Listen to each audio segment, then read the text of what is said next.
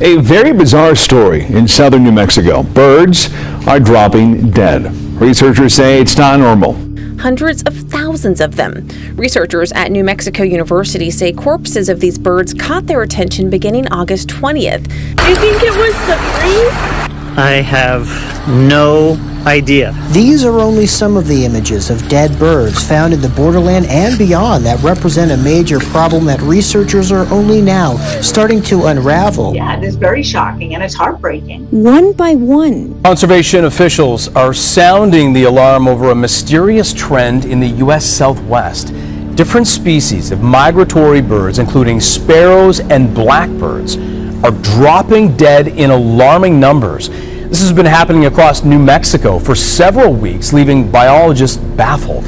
It appears to be an unprecedented and a very large number. But this situation is weird for New Mexico State University researchers because it's lasting longer than a few days. There are several hypotheses, and it could be just the perfect storm coming together. Scientists say more dead birds continue to show up in all four corners of the state. Biologists from White Sands Missile Range teamed up with the university on Saturday to examine 300 dead birds. They reportedly wanted to learn more about their conditions before dying. Residents said they noticed irregular behavior from some of the birds. Some birds normally seen in trees or shrubs were on the ground chasing bugs. Many were lethargic and so unresponsive they were getting hit by cars. Many of these birds are already experiencing population declines, so a dramatic event like this. Researchers over at NMSU say this is more than just a borderland problem, as hundreds of thousands of dead birds have been reported not just across the borderland, but also into Colorado, Utah, and even Mexico. My personal view is that we need to be very careful about the speculation, really. There's a lot of misinformation from what I've seen so far, which really works against the animals, really, because it sheds them in a negative light. The reasons why this has happened, well, I don't think anyone knows yet at the moment. There's not enough information to be able to pinpoint the exact reason why these particular animals have displayed this behavior. This is the kind of information that experts working in the field need to determine. We need to be cognizant of the fact that orcas are very intelligent animals, very playful animals. So this could be something as simple as, for example, an orca finding it playful to sort of interact with a vessel, as opposed to more sinister reasons. There are, as we've discussed, quite a few hypotheses going around, so perhaps we could tackle a few and you can elaborate on them. Some have pointed to the conditions in the strait worsening over the years, issues with cetacean protocol.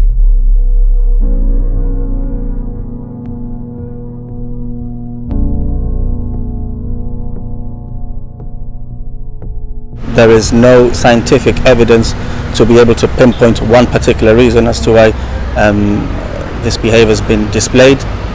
Orcas have different hunting techniques in different parts of the world.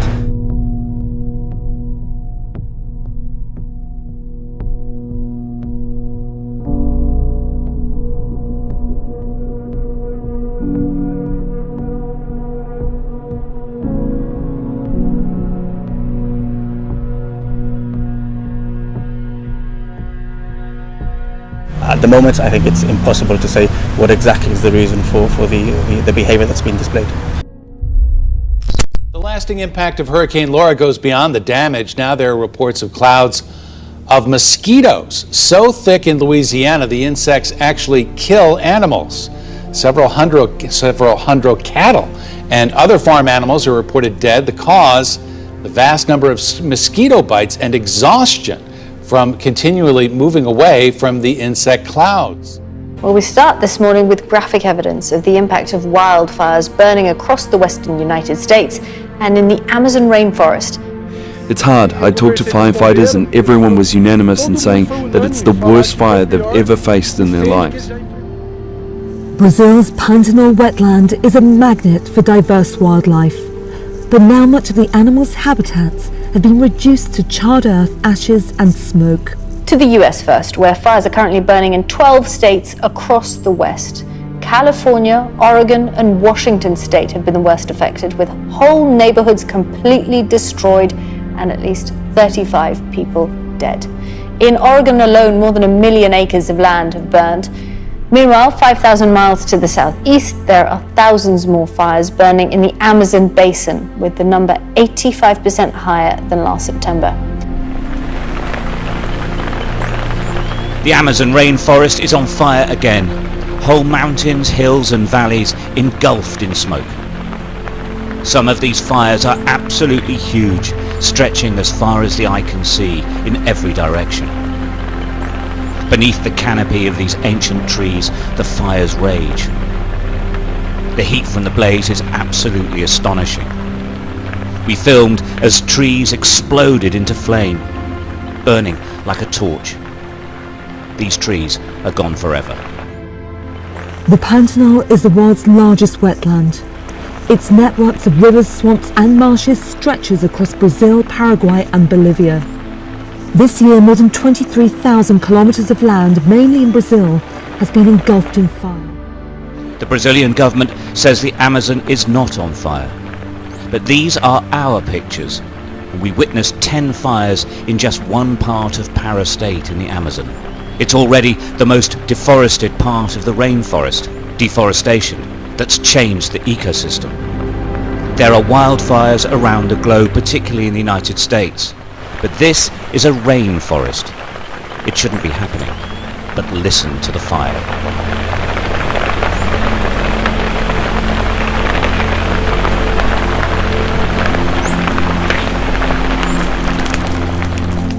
Controlling the fires is almost impossible.